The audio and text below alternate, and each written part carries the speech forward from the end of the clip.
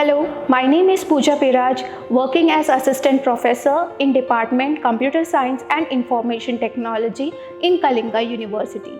It is an immense pleasure that we are organizing a 45 days internship program for the students who are interested in artificial intelligence and machine learning backgrounds. So, students, Kalinga University is organizing internship on big data, IoT, artificial intelligence and machine learning, blockchain and technology, Python and R programming.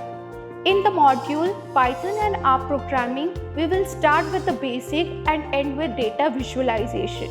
Nowadays, Python has a major impact in the field of artificial intelligence, machine learning, data science and many more. So, here we are providing advanced practical technologies, learning which will be beneficial for your industrial aspects.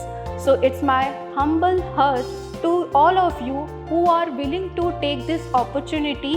Kindly come to Kalinga University and grab this opportunity. Thank you.